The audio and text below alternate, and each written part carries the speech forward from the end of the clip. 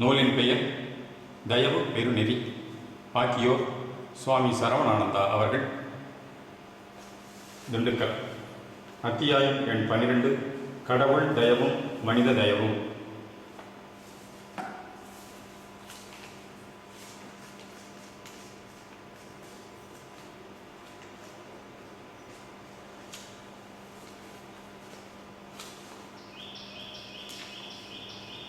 தயவின் உண்மை கடவுளையே முழுமுதல் மூலமாய்க்கொண்டு அமைத்துள்ளனர் தமிழ் கண்ட முதுஞான சித்த யோகியர்.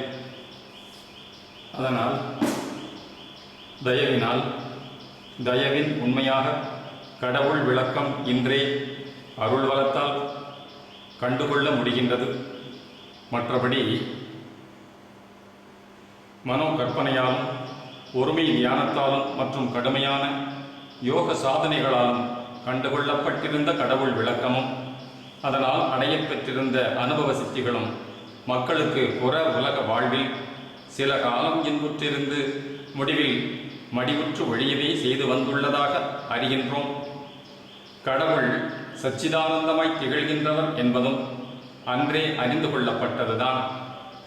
அப்படி என்றும் இருந்து வரும் கடவுளே இந்த பிரபஞ்சத்தில் பண்டு தொட்டே இம்மனித இனத்தை தன் உண்மையை கண்டுகொள்வதற்கான பேரருள் ஞானத்தில் தனது நித்தியானந்த வடிவை மிக நுண்ணியதாய் மறைத்து அமைத்த மனம் என்ற ஒன்றை வழங்கிவிட்டார். ஆம், இந்த மனத்தில் மிக ஆழத்தில் கடவுள் இன்புருவம் புதைந்து உள்ளதாம். ஆனால் இம்மனம் தொடக்கத்தில் கருங்கற்பாறை போன்று இருந்தது. அதில் கடவுள் ஒளியும் ஒளிந்து கொண்டிருக்கின்றது என்ற உண்மையை உணர்ந்து கொள்ள பல்லாயிரம் ஆண்டுகள் ஆகியுள்ளன.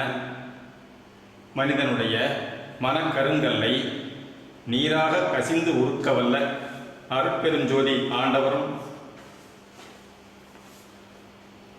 அம்மனந்தகத்தில் இருந்து வெளிப்பட இதுகாலம் எத்தனையோ சட பூத வடிவங்களையும் உயிரின வடிவ தோற்றங்களையும் மக்கள் பிறப்பு தேகங்களையும் ஆக்கியும் காத்தும் அழித்தும் வந்துள்ளார். இந்நாள் பக்குவ மனிதனில் இறை உண்மை மறையுற்று கிடக்கும் இரகசியத்தை வெளியாக்கிவிட்டுள்ளார். மாசற்ற கொள்கை மனத்தில் அடைந்தாக்கால் ஈசனை காட்டும் உடம்பு என்பது அவ்வை ஞானக்குரல் தரும் சான்று. அகம்பள அருட்ஜோதிபதியின் அற்புத அருட்சூட்டால் கல்மனம் கரைந்து உள்ளொளிர் கடவுளின் தனிப்பெரும் கருணை நோக்கு கிடைத்துவிட்டது நம் ராமலிங்க பெருமானுக்கு. அந்த கருணை கண் நோக்குதான் எல்லோருக்கும் தயவு செய்ய வெளிப்படுகின்றது இத்தருணம். இப்போது அந்த மனத்தின் வடிவமைப்பை அமைப்பையே முதலில் ஆய்ந்து பார்ப்போம். மனம் இம் பிளஸ் அ, இன் பிளஸ் அ, இம். இம் அ முன்னும் அ இம் பின்னும் விளங்க நடுநாயகமாய் இன் மறைந்து நின்று உரைகின்றதாய் காண்கின்றோம். நடுவுள்ள இன் என்னும் நகர மெய்யே கடவுளின் இன்பானுபவ தோற்றமாக பொருந்தி நிற்க அதனை சூழ இருபுறமும் அகர உயிர் சக்தியும் மகர மெய்வடிவும் திகழ்கின்றனவாம். இதுதான் சுத்த மனத்துருவில் மறைந்துரையும் கருங்கல் மனத்தை உருக்கும் கடவுள் கருணா கடாட்சம் ஆகும். இவ்வுண்மையை மகாதேவ மாலையில் கடவுள் வாழ்த்து செய்யுளாக மலர்ந்துள்ளது. கருணை நிறைந்து அகம்புறமும் துளும்பி வழிந்து உயிர்க்கெல்லாம் களைகனாகி தெருள் நிறைந்த இன்ப நிலை வளர்க்கின்ற கண்ணுடையோய் சிறையா ஞான பொருள் நிறைந்த மறைய முதம் பொழிகின்ற மலர்வாயோய் பொய்யனேன்றன் மருள் நிறைந்த மனக்கருங்கற்பாறையும் உட்கசிந்துருக்கும் வடிவற்றோயே. கருணை நிறைந்து அகம்புறமும் துளும்பி வழிந்து உயிர்க்கு எல்லாம் களைகண்ணாகி தெருள் நிறைந்த இன்ப நிலை வளர்க்கின்ற கண்ணுடையோய் சிதையா ஞானம் பொருள் நிறைந்த மறை அமுதம் பொழிகின்ற மலர்வாயோய் பொய்யனே தன் மருள் நிறைந்த மனக்கருங்கற்பாறையும் உட்கசிந்து உருக்கும் வடிவத்தோயே. திருவருட்பா. மனக்கருங்கல் பாறையை கசிந்துருக்கும் கடவுள் வடிவம் எது? அற்புத சிற்ப விக்கிரக மூர்த்தி வடிவமா? எழில் வண்ண இயற்கை புனைந்து இயற்றா கவின் தோற்றங்களா? அல்லவே அல்ல. அகமுணர்ந்த அருள் ஞான சித்தர்களின் திருவுருவ முன்னிலையில் ஒருவன் கண்டு பெறுவதுதான் என்ன? காண்பானுடைய மனோபக்குவத்தின் அளவு அமைதியும் ஆனந்தமும் தோற்றி குறிப்பிட்ட காலம் வரை இன்பளித்து முடிவில் அது மறைய அவனும் மறைந்தே போகின்றான். இன்று நிலைத்த இன்ப வாழ்வு அருளும் கருணை ஜோதி கடவுளே தன் கருணை கடைக்கண் மலர்ந்து நோக்குகின்றார். எங்கிருந்து? சுத்த மனத்தகத்திலிருந்துதான். அந்த சுத்த மனம் மனமாயில்லை. இப்போது நினைப்பு மறப்பு எனும் சகல கேவலம் அற்ற சுத்த அருள் வண்ணமாக அன்பு மயமாக தயவு தன்மையாக விளங்குகின்றதாம். இதுதான் மனக்கருங்கல்லை கசிந்து உருக்கிய நிலையாம். இந்நிலையில்தான் ஒருவன் மண்ணான உயிருடல் நிலைக்கு அதீதத்தில் விளங்கும் தனது உண்மை ஆன்ம கடவுள் ஜோதி வடிவையே உணர்கின்றான். இதுவே கல், அதாவது வெள்ளி நிறை பெருஞ்சோதி. கல் தோன்றி மண், அதாவது மண்ணான மானிட உடற்சூழல் மண் தோன்றா காலத்தே வாழ்வொடு, அதாவது ஒளியுடன் வாழ்வொடு முன்தோன்றி மூத்த பழங்குடி தமிழ்மகன் மெய்நிலையாகும். இம்மாதிரி தேவதேவனாகிய மகாதேவனாம் அருட்பெருஞ்சோதி காட்சியைத்தான் வள்ளல் உள்ளம் கண்டு கரைந்து நின்று அதுவாகி அருட்பிரகாச அழிவில்லா வடிவமுற்று திகழும் நிலை எய்திவிட்டுள்ளார். வடலூர் சத்திய ஞான சபையில் அருட்பெரும் ஜோதியையும் அதுவே ஆகி விளங்கும் அருட்பிரகாச வள்ளலையும் ஒன்றாக கண்டு நிற்கும் நாம் உடலூரின் கண்ணே அவ்வண்ணம் ஆகியும் ஆகாமல் இருக்கின்றோம். ஆம், உண்மையில் நாம் அப்படி இருப்பதை உணர்ந்தும் அதுவாகவே வாழாமல் இருக்கின்றோம் என்பதை குறிக்கவே ஆகியும் ஆகாமல் இருக்கின்றோம் என்று உரைக்க நேர்ந்தது என்று. இந்த நிலையில் இந்த உலகில் உழன்று கொண்டே அகத்திலும் புறத்திலுமாக சுழன்று கொண்டே உள்ளோம். நாம் அகமுற்று நின்று தயவு செய் என்று வேண்டும் போது நாமும் அதுவும் ஒன்றாயிருப்பதனால் செய் தயவு என்று எதிர் ஒலிக்கின்றது. என்ன அர்த்தம்? அகநிலையில் அவரும் நாமும் வேறாய் இல்லாது இரண்டற்ற ஒன்றாய் இருக்கிறோம். ஆதலின் அவர் முன் தயவு செய் என்று வேண்டினால் அவரோ இயல்பாகவே அகமிருந்த வண்ணம் உலகம் எல்லாம் விளங்க தயவு செய்து கொண்டிருப்பதால் அவரோடு அனன்யமாயிருக்கும் நாமும் அவரை போல் இயன்ற அளவு தயவு செய்து கொண்டே இருக்க வேண்டும் என்பதால் தான் செய் தயவு என்று எதிர் ஒலிக்கப்படுகின்றதாம். கடவுள் தயவு மாபிரபஞ்சத்து அனைத்துயிர் பொருள்களையும் தன் ஐந்தொழிற் செயலால் ஆண்டு அருள்பாலித்து இன்ப நிலைக்கு ஏற்றி வருகின்றதாம். அத்தயவே இன்று நம்மில் கலவாமல் கலந்து நின்று நமது எனும்படி உயிரும் உடலும் உணர்வும் கொண்டு நம்மை ஆட்கொண்டுள்ளது. அகமிருந்து செயல்பட்டுள்ள இறை உண்மையை அவக்குவத்தால் உணராத நாம் தேக நிலையினின்று பொறிபுலன் இச்சை வாழ்விலே சிக்கி அவத்தைப்பட்டு கொண்டு உள்ளோம். இந்த புலபோக வாழ்வையை இறுகப் பற்றி கொண்டு உழலாமலும் வெறுத்து உதறிவிட்டு ஓடாமலும் ஜீவதயா வாழ்விலே தழைத்து சுத்த சத்விசாரத்தால் மேலேறி கடவுள் நிலையில் பொருந்தி நிறை தயவு அனுபவத்தோடு நிலவ வேண்டும்.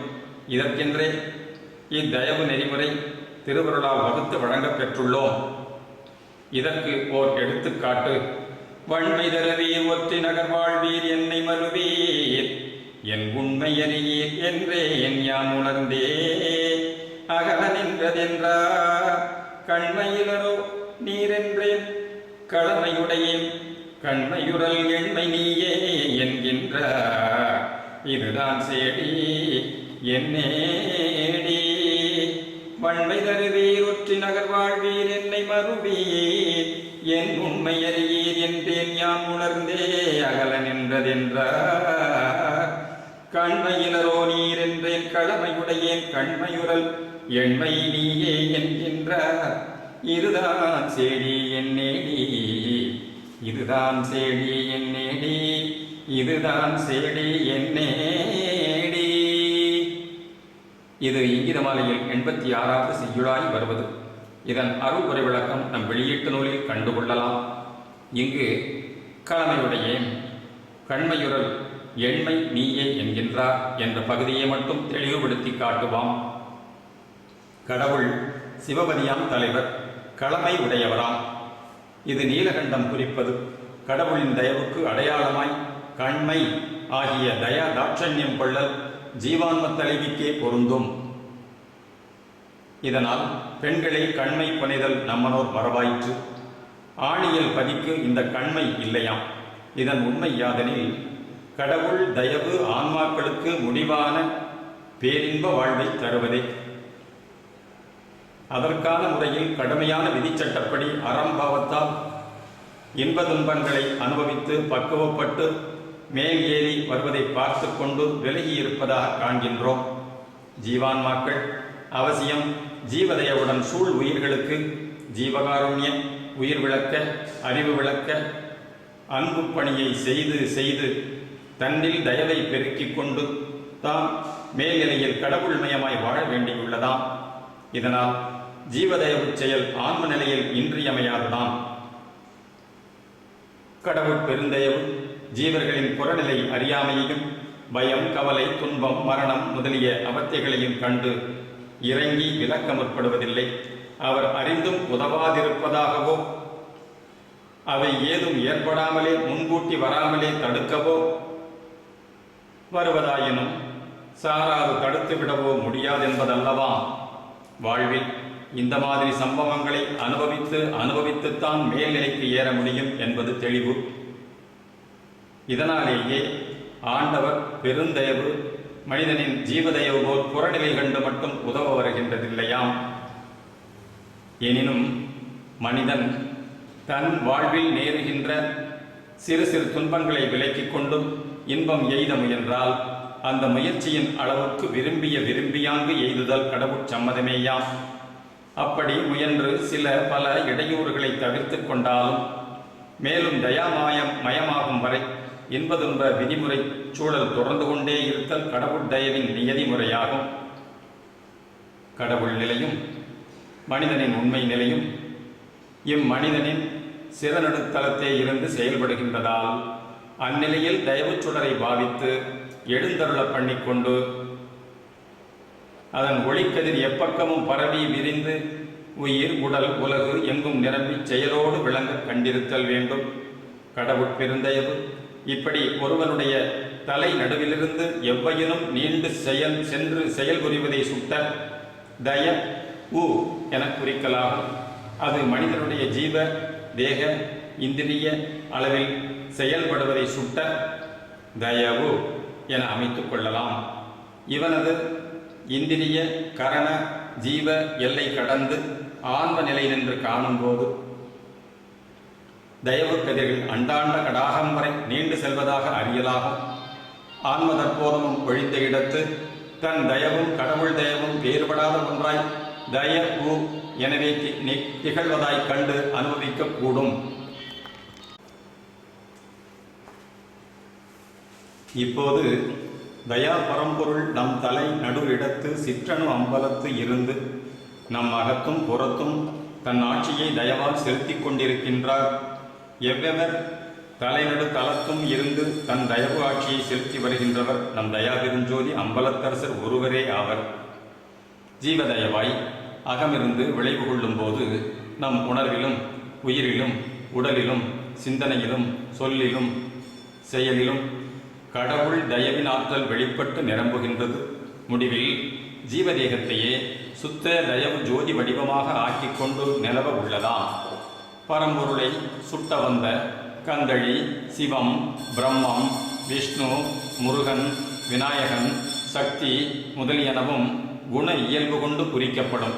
அன்பு, ஞானம், சச்சிதானந்தம், நித்தியானந்தம் முதலியனவும் பொதுவாக ஆன்மா, பரமான்மா, உயிர், உள்வொளி, ஜோதி, அருட்பெருஞ்சோதி முதலியனவும் பிறமொழியில் விளங்கும் தெய்வீக பெயர்களும் அடையாள சின்னங்களும் நமது தலைநடுதளத்தே இப்போது அனுபவத்திற்கு உற்றுள்ள தயவு ஆகவே கொண்டு முன் எதிர்பார்க்கப்பட்டதை விட மேலான பெருநல வாழ்வு பெற்றுக்கொள்வது திருவுள்ளமாம். தயவினால் உலகியல் வாழ்வு சிறப்பதற்கும் இறை இயல் வாழ்வு சூழ்வதற்கும் முடிந்த பெருநல இன்ப வாழ்வு சிந்திப்பதற்கும் திருவருளால் ஆதியிலேயே திட்டமிடப்பட்டுத்தான் பிரபஞ்ச காரியம் எல்லாம் ஒழுங்காக நடைபெறுத்த பெற்று வருகின்றனவாம். தயவின் உண்மை கண்டு தயவு வளர் வாழ்வே வாழவே இங்கு வருவிக்கப் பெற்றுள்ள மக்கள் உண்மையறியாது அவத்தைப்பட்டு கொண்டு உள்ளனர். இயற்கையின் சூழலும் செயல்களும் நம்மை வாழ்விக்கவே விதிக்கப்பட்டுள்ளனவா? நம் உயிர் அனுபவத்திற்கு ஜீவதேகாதி பொருட்களை எல்லாம் உள்ளும் புறமும் இருந்து செயல்படுத்தி கொண்டுள்ளது கடவுள் தயவே. இதனால் எதற்கும் அச்சமும் ஐயமும் கொள்ளாது தயவோடு வாழ்ந்து பழக வேண்டும். அண்டபிண்ட விசாரம் கடவுளின் தனிப்பெரும் தயவு செயலை உணர்ந்து வாழ்க்கையை தயவுக்கு தக அமைத்து கொண்டிட வேண்டிய கலை அறிவு தேவைப்படலாம். ஜோதிடம், சிற்பம், கணிதம், மருத்துவம், யோகம், தத்துவம் எவ்வளவுதான் கற்று பயின்று தேர்ந்தும் தயவு உண்மை அறிந்து ஏற்று வாழவில்லையானால் மெய்யின்பம் உண்டாகாது.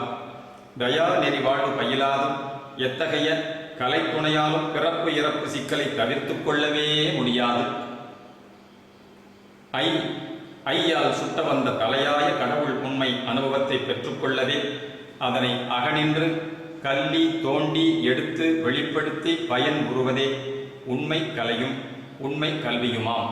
மற்றபடி இந்த உலகில் எந்த கலையையும் வெற்று கலை அறிவுக்காக, பொழுதுபோக்குக்காக, பொருள் ஈட்டற்காக, பெயரும் புகழும் நாட்டிற்காக, அற்புத சித்திமுத்தி பேற்றுக்காக என்று கற்று துறைபோதல் திருவருள் ஆணைக்கு மாறுபாடேயாம். கடவுள் தயவை கற்று ஜீவதயவு செயலால் தயாபொருளை வாழ்வில் பெற்று தழைத்திடுவோமாக. இத்துடன் இந்த அத்தியாயம் நிறைவு பெறுகிறது. அடுத்த அத்தியாயம் எண் 15 அனக நெறி. அடுத்த அத்தியாயத்தின் எண் 13 அனக நெறி. இன்புறலாம் எவ்வுலகும் ஏத்திட வாழ்ந்திடலாம் எல்லாம் செய்வல்ல சித்தி இறைமையும் பெற்றிடலாம். இன்புறலாம் எவ்வுலகும் ஏத்திட வாழ்ந்திடலாம் எல்லாம் செய்வல்ல சித்தி இறைமையும் பெற்றிடலாம். அன்புடையே வம்மின் இங்கே சமரச சன்மார்க்கம் அடைந்திடுமின் அகவடிவிங்கு அனகவடிவாகி. அன்புடையே வம்மின் இங்கே சமரச சன்மார்க்கம் அடைந்திடுமின் அகவடிவு இங்கு அனகவடிவாகி. பொன்புடை நன்குளி ஒளியே புத்தமுதே ஞான பூரணமே ஆரணத்தின் பொருள் முடிவேற் பொருளே. பொன்புடை நன்கு ஒளியே புத்தமுதே ஞான பூரணமே ஆரணத்தின் பொருள் முடிவேற் பொருளே. வன்புடையார் பிறர்க்கரிதாம் மணியே வன்புடையார் பிறர்க்கு அரிதாம் மணியே. சிற்றவையின் மாமருந்தே என்றுரைமின் தீமையெல்லாம் தவிர்ந்தே. வன்புடையார் பிறர்க்கு அரிதாம் மணியே சிற்றவையின் மாமருந்தே என்று உரைமின் தீமையெல்லாம் தவிர்ந்தே தீமையெல்லாம் தவிர்ந்தே. திருவருட்பா. பழமையான பரம்பொருளாகிய கடவுள் இவ்வுலகில் மேற்கொண்டுள்ள உண்மை வெளியீட்டு செயல்முறை எப்படிப்பட்டது என்று தெரிந்து ஏற்க இந்நெடுங்காலம் ஆகியுள்ளது. முதலில் எல்லாம் வல்ல இறைவன் இப்பிரபஞ்ச எல்லா உயிர்களுக்கும் பொருள்களுக்கும் அயலாய் இருந்து கொண்டு ஆக்கியும் அழித்தும் கொண்டிருப்பதாக கருதினான். பின்னர் அப்படி இருந்து கொண்டு ஆண்டு வரும் ஆண்டவனை எந்த காலத்தும் எவ்விடத்தும் எவராலும் கண்டுகொள்ளக்கூடாததாய் உணர்ந்து கடவுள் அப்படி தனித்து அயலாய் இருத்தல் முடியாது என்ற முடிவுக்கு வந்தான். ஏனெனில் அந்த பரம்பொருள் எங்கும் நீக்கமர நிறைந்த ஒரு பெரும்பொருளாம் சத்து வடிவமாக என்றும் இருக்க வேண்டும். அது ஒரு குறிப்பிட்ட எல்லைக்குட்பட்ட உருவிலே கட்டுப்பட்டிருத்தல் அமையாது என உணர்ந்து தீர்மானித்தான். அகத்தில் மட்டும் அழிவற்ற நித்திய வஸ்துவாய் இருப்பது எதுவோ அதுவே கடவுள் எனவும், புறத்துள்ள எதுவும் என்றோ ஆகி என்றோ அழிந்து ஒழியும் என்ற காரணத்தால் அதனை கடவுளாக கொள்ள இசையவில்லை அந்நாள் ஞானிகள். ஆகையால் அம்மெய்ப்பொருள் அகத்தில் நித்தியமாயும் புறத்தில் அதற்கு மாறாக அனித்தியமாயும் இருப்பதாக எண்ணிய அம்முடிவையும் கைவிட்டான். சத்து சித்து ஆனந்தமாக இருக்கும் பதி ஒருவர் தனித்தலைமை பெருங்கடவுளாய் இருந்து வரல் உண்மையாயின் அவர் அப்படி தனித்து இருப்பதோடு எப்பொருட்கும் எவ்வுயிர்க்கும் வேறாயும் உடனாயும் இருக்க வேண்டுவது அவசியமே என கருதுகின்றான். இப்படி ஒன்றாகிய பதிநிலையும் பலவாகிய ஆன்மாவாம் பசுநிலையும் இவ்விரண்டிற்கும் இடை நின்று பிரிவுபடுத்தி காட்டுகின்ற ஜீவதேகாதி பிரபஞ்சமாகிய பாச நிலையும் ஆக மூன்றும் அனாதியே இருந்து வரல் வேண்டும் என நம்பினர் சித்தாந்த சீலர்கள். எப்படி இந்த மூன்றும் தனித்தனியாக அனாதியாக இருக்க முடியும்? தனித்தலைமை நிலை ஒரு பரம்பொருளுக்கே அமைவது. அதைப்போல பிரிது எதுவும் எவரும் இருக்க முடியும் என எண்ணுவது பொருந்தாது. ஆகவே என்றும் ஒன்றாகிய பரிபூர்ண பொருளே இருந்து கொண்டு தன் தனிப்பெரும் தயவையே புறத்து எதுவுமாய் எவருமாய் தோற்றமாற்ற மறைவு அடைய செய்து கொண்டிருப்பதே உண்மை என்ற முடிவுக்கு வருவோம். இதனால் அத்தனிப்பெரும் தயவுதான் புறத்தே தன் பொருட்சக்தியால் ஜீவதேகாதி பிரபஞ்ச பொருட்கள் எல்லாமாய் விளங்குகின்றது என்று அறியலாகும். இப்பொருட்களுக்கு அகமிருந்து இயக்கும் செயற்சக்தியே சடபூத அணுமுதல் அண்டபிண்ட வடிவங்களுக்கு உதவி உயிரினங்களில் ஜீவசக்தியாக செயல்பட காண்கின்றோம்.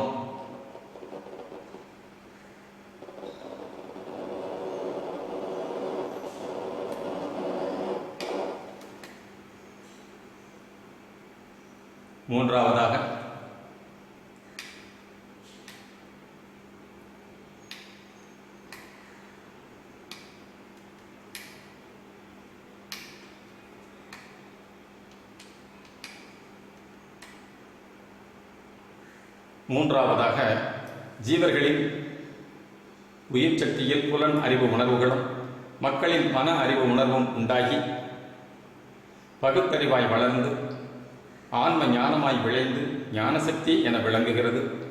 இந்த ஆன்ம ஞானசக்தியின் விளைவு பயனாய் அற்புத சித்திகளை வெளியாக்கும் யோகசக்தி வெளியாகின்றது. இந்த யோகசக்திக்கு மேல்தான் அறிவறிய கடவுள் அருள் சக்தி வெளியாகின்றது. இதுதான் ஆனந்தமாய் அனுபவிக்கப்படுவதாம். இதுவே சச்சிதானந்த கடவுள் இன்பமாம். இப்படி ஒன்றான கடவுள் தன் சச்சிதானந்த அனுபவம் வெளிப்படும்படி படிப்படியாக பொருட்சக்தி, கிரியாசக்தி, ஞானசக்தி, யோகசக்தி, அருட்சக்தியை மனிதனில் வெளிப்படுத்திடும்போது அம்மனிதன் இறைவனின் சச்சிதானந்தத்தை அனுபவிக்கின்றான். இப்பேரின்பானுபவத்தில் திளைத்தவன் அதுவே பெறலறிய முடிவில்லை பிறவி பயன். மேற்கொண்டு பிறப்பும் இறப்பும் உண்டாகாது. இறை இன்பத்திலே ஆழ்ந்து புற உலகுக்கு வராது இறைவனோடு இரண்டற்ற நிலையில் மறைவுற்று கிடக்கவே முடிவு செய்தான். இந்த சச்சிதானந்த நிலை கடவுளின் உண்மை நிலைதான். இதனைத்தான் மனித பிறப்பின் முடிவாக கண்டுகொள்ளச் செய்யவே ஆண்டவரின் ஐந்தொழில் நிகழ்த்தப்படுகின்றதும் உண்மையே. ஆனால் இந்த ஐந்தொழில் செயல் புரிந்து கொண்டுள்ள கடவுள் ஒரு பக்குவ மனிதனில் தன் அருட்செயலால் அனுபவப்படுத்திய போது அம்மனிதன் ஆனந்தத்தில் திளைத்து அத்தோடு எல்லாம் முடிந்துவிட்டது என்ற எண்ணத்தில் மேற்கொண்டு புற உலகத்தில் அவத்தை வாழ்வில் உழலாது இருக்க தீர்மானித்து அப்படியே அகமறைந்து ஒழிந்தே போனான். இதுவா சச்சிதானந்த கடவுள் மனிதனுக்கு ஆதியில் ஆணை செய்திருந்தார். தனது சச்சிதானந்த உண்மையை மனிதனில் வெளிப்படுத்தி அப்படியே தொடர்ந்து நித்தியானந்த வாழ்வாய் செயலோடு விளங்க வைத்து மனிதனை மன்னி இதமாக இதனாக நிலைத்த இன்ப வடிவினனாக நிலவச் செய்ய திட்டமிட்டிருந்தார். அதற்காகவே தன்மயமாய் தன்னில் இரண்டுபடாத நிலையில் இவனை தன் உடன் வைத்துக்கொண்டு யாவையும் புரிந்து வந்தார். முடிவில் இவனுக்கு தன் சச்சிதானந்த நிலையையும் காட்டிக் கொடுத்து விட்டார். அதனையே முடிவாக கருதி அந்நிலையிலேயே இவன் உறைந்து வாழ்வற்று போனது சரியல்ல. ஆனந்தப்பதி என்றும் நித்தியானந்தமாய் அகமிருந்து கொண்டே அகண்ட பிரபஞ்ச காரியத்தை இடையறாது புரிந்து கொண்டுள்ளான். இந்த நித்தியானந்த அனுபவ வாழ்வுடன் தன்வண்ண மனிதனை விளங்க வைக்கவே இவனை பக்குவப்படுத்தினார்.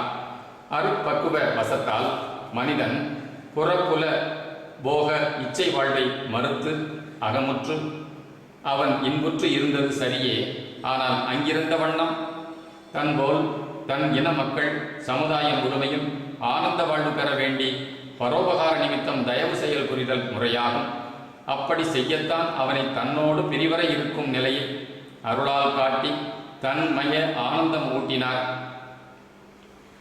இப்படி இருந்து கொண்டு ஜீவதேவால் பிற உயிர்களுக்கு இன்பு செய்ய உள்ளிருந்து தயாபரனின் சச்சிதானந்த இன்பமே தன் உணர்விலே, உயிரிலே, உடலிலே நிறைவதாம்.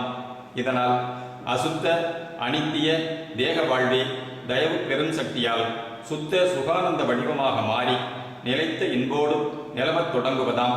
இப்படி நிலையான அகமிருந்து நிலைத்த இன்ப வாழ்வு கொண்டு நிலவும் முறையே அனக நெறி முறை ஆகும். இதுதான் சுத்த சன்மார்க்கம் என்பது. இதனைத்தான் சுத்த சிவ சன்மார்க்கமாக வழங்கப் பெறுகின்றோம். இதுவரை புறமார்க்கங்கள் பலரால் வழங்கிடப் பெற்றன. அவை யாவும் மனிதனை உடலை விட்டு உலகை விட்டு மறைந்து போகவே செய்து வந்தன.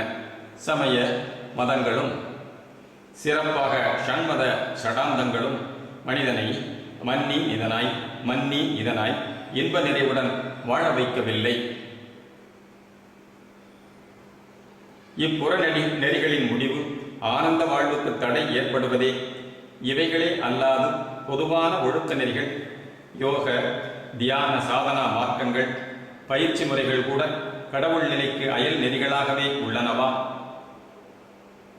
இவைகளுக்கு மாறாக அகநிலை உண்மையை அருளாலே உணராது அறிவாலே கடவுளோடு நாம் இயல்பாகவே இரண்டற்ற ஒன்றாய் இருக்கிறோம் என்று எண்ணியும் சொல்லியும் பாவித்தும் வீண்போயினர் பலர் இந்த அகம்பாவ நெறியை அகநெறி என கூறலாம். அது பாவக முகத்தான் அந்த நாட்டில் நம்பலம் செய்து நின்றாடும் அழக விதுபாவக முகத்தோழியும் நாம் உன்னை பாவனை செய்யும் வேளையில் வந்து பொது பாவனை செய்ய போகாதே பெண்ணே, பொய் பாவனை செய்து கைப்பானின் ஐயோ இது பாவம் என்கின்றார் என்னேடி அம்மா, என் கை பிடிக்கின்றார் என்னேடி அம்மா என்ற வள்ளல் அருட்பாவின் குறிப்பால் இதுபோன்ற அகநெறியால் வாழ்வு இல்லை என்று தெளியலாகும். அருளும் ஒளியும் என்றும் பிரிவடா ஒன்றாய் இருப்பது. அந்த அருளே அறிவாய் அகமிருந்து தன் ஒளியை நம் உடலாய் உயிராய் உணர்வாய் ஆக்கிக்கொண்டு தன்னைத்தானே அருளால் உணர்கின்றது. அருளை கடவுளாகவும் அதனை உணர்கின்ற உணர்வை நாமாகவும் கொள்ளலாம். எங்கும் நிறை சத்தான ஒளியே கடவுள் எனக் கொள்ளும் போது அதன் அருளாம் தன்மையை சிற்விளக்கத்தால் நாமாய் நின்று உணர்கின்றதாகவும் கொள்ளலாம். எப்படியும் கடவுளும் அவரது தன்மையும் ஒன்றாமல் ஒன்றியிருப்பதே உண்மை. அப்படி இருந்து கொண்டு புற உலகில் மெய்யின்பம் விளைவிக்கும் ஆனந்த நடனம் புரிந்து கொண்டே இருப்பது சத்தியம். இப்படி அகம் புறம் என இருநிலையில் ஒரு கடவுள் விளங்குவதாய் கொண்டு நம் வாழ்வில் ஏற்று வாழ முயலும் போதுதான் அகச்சார்பு கொண்டால் புறம் நீங்குகிறது.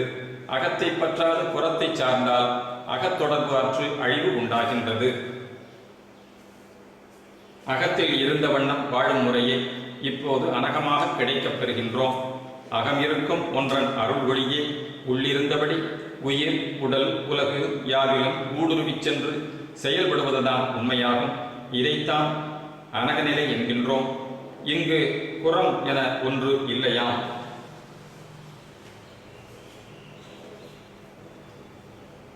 இவ் அகம் உணர்ந்து நோக்காத புற இனத்தார்க்குத்தான் அகம் புறம் என தோற்றும்.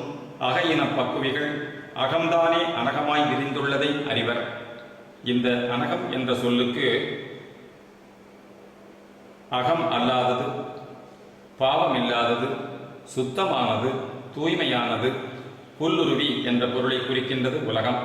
புல்லுருவியாவது ஒட்டுண்ணி, அதாவது பாராசைட் எனப்படும். அதாவது ஒரு குறிப்பிட்ட இன மரத்தில் வேறு ஏதோ ஒரு தாவரம் சார்ந்து இடையில் வளர்ந்து தழைத்து விடுவதாம்.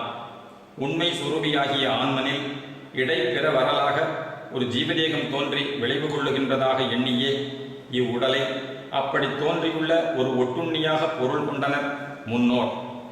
அருள் அனுபவ நித்திய வாழ்வுக்கே இந்த தத்துவ நிறை மனித தேகம் அறிவிக்கப்பட்டுள்ளது. நிறை அருள் கொண்டு இத்தேகத்தையே நித்திய உருவாக்கிடப் பெற்று நிறை இன்ப வாழ்வில் தழைக்க உள்ளதால் இதனை புல்லுருவி என பொருள்படுத்தினது பொருந்தாது. அன்னோர் இலக்கியம் அல்லது இலட்சியம் மறைவுறு முடிவாய் இருந்ததால் இந்த சொற்பொருள் அனர்த்தமாகிவிட்டது. இதனால்தான் சொற்பொருளும் இலக்கியமும் பொய் எனக் கண்டறி என்று நம் திருவருட்பா கூறுகின்றது. அனக உண்மையை தெளிவுபடுத்தவே நம் தயவு என்ற ஒரு சொல் வழங்கப் பெற்றிருக்கின்றது. அகண்ட பெருவெளி நிலை ஒன்றான கடவுள் யாவற்றினும் உள்ளீடாய் அகத்திலே இருந்த வண்ணம் காரண சூக்கும தூல தேக வடிவங்களை எல்லாம் ஊடுருவி அகல் வான்வெளி முற்றும் நிரம்பியுள்ளதாம். இப்படி அகனின்று எங்கும் நிறை அக்கடவுள் வடிவை புறத்தில் காண முடிகின்றதில்லை. இதுவே உள்ளிருந்தோங்கும், அதாவது புறம் தோன்றா கடவுளின் அனக வடிவமாம். இதுவே நிறை மனித அனுபவத்தில் இறை மனித அனக வடிவமாக திகழ்கின்றதாம். இப்போது கடவுள் தானே தனது தகராகாச பேருருவையே இம்மனிதனின் சிறநடுவிடத்தே யகர ஆன்ம சிற்றுருவில் வெளிப்படுத்தி உள்ளார். இதனால் இந்த நம் ஆன்மா உண்மையில் அவருடைய தய வடிவமே என கொள்ள வேண்டியுள்ளது. இப்படி தய ஆக விளங்குவது கடவுளே ஆம்.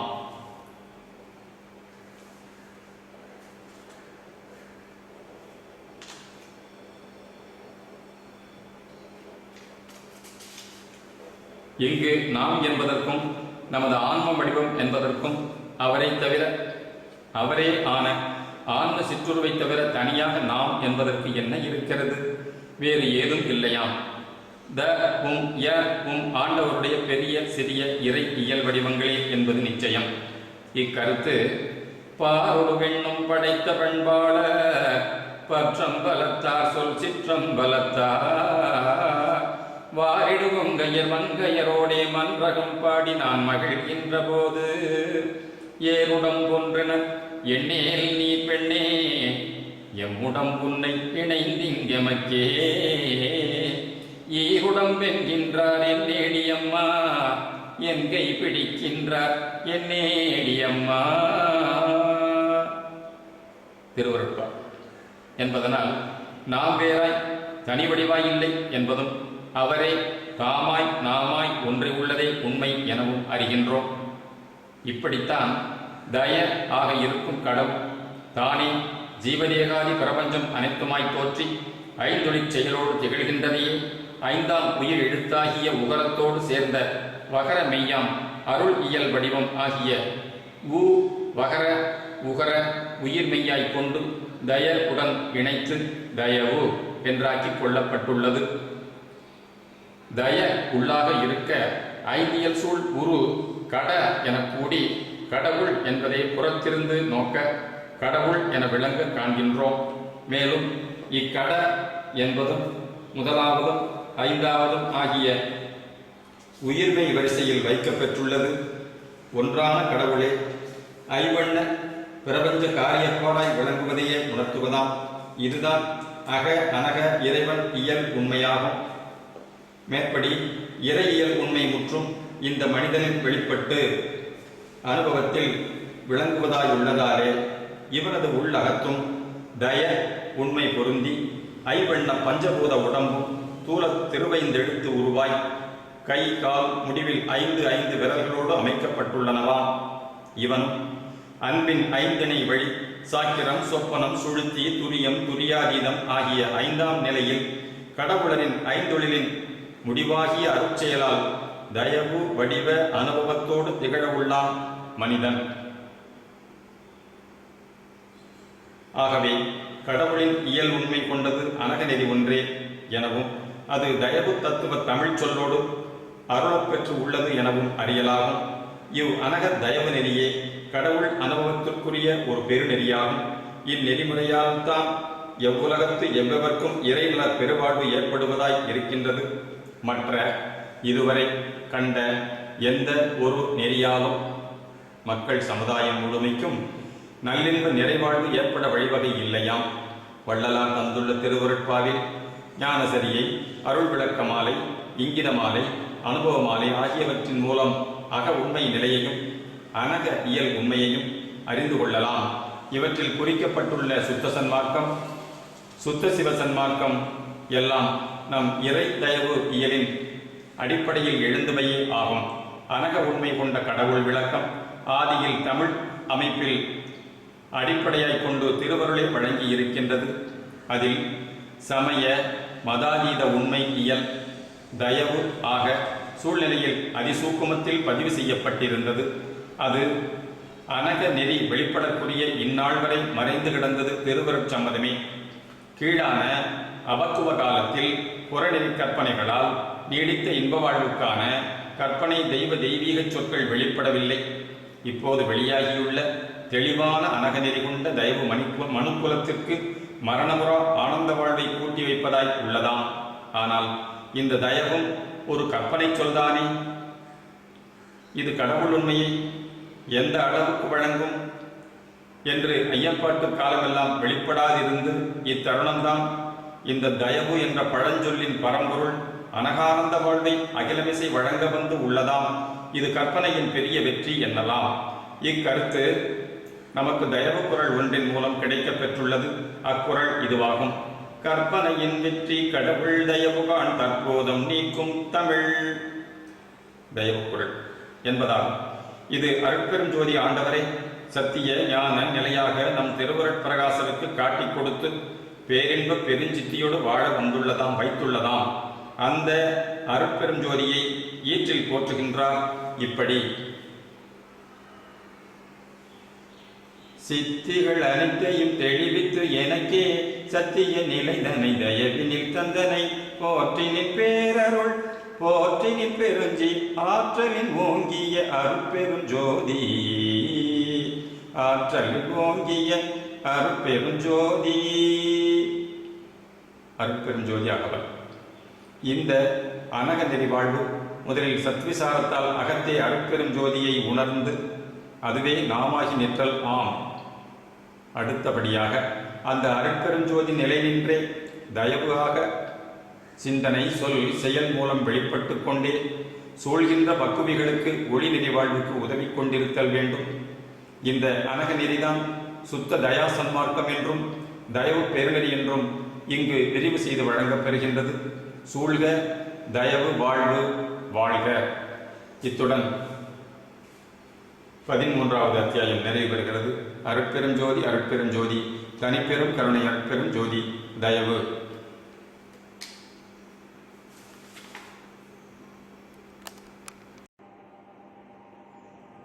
திருவருட்பிரகாச வள்ளற்பெருமான் அருளி செய்த திருவருட்பா, அதிலே அடங்கிய முக்கியமான பதிகங்கள் மற்றும் சுத்த சன்மார்க்க விளக்க விரிவுரை நூல்கள் பல தந்த திண்டுக்கல் சுவாமி சரவணானந்தா அவர்கள் இவர்கள்தான்.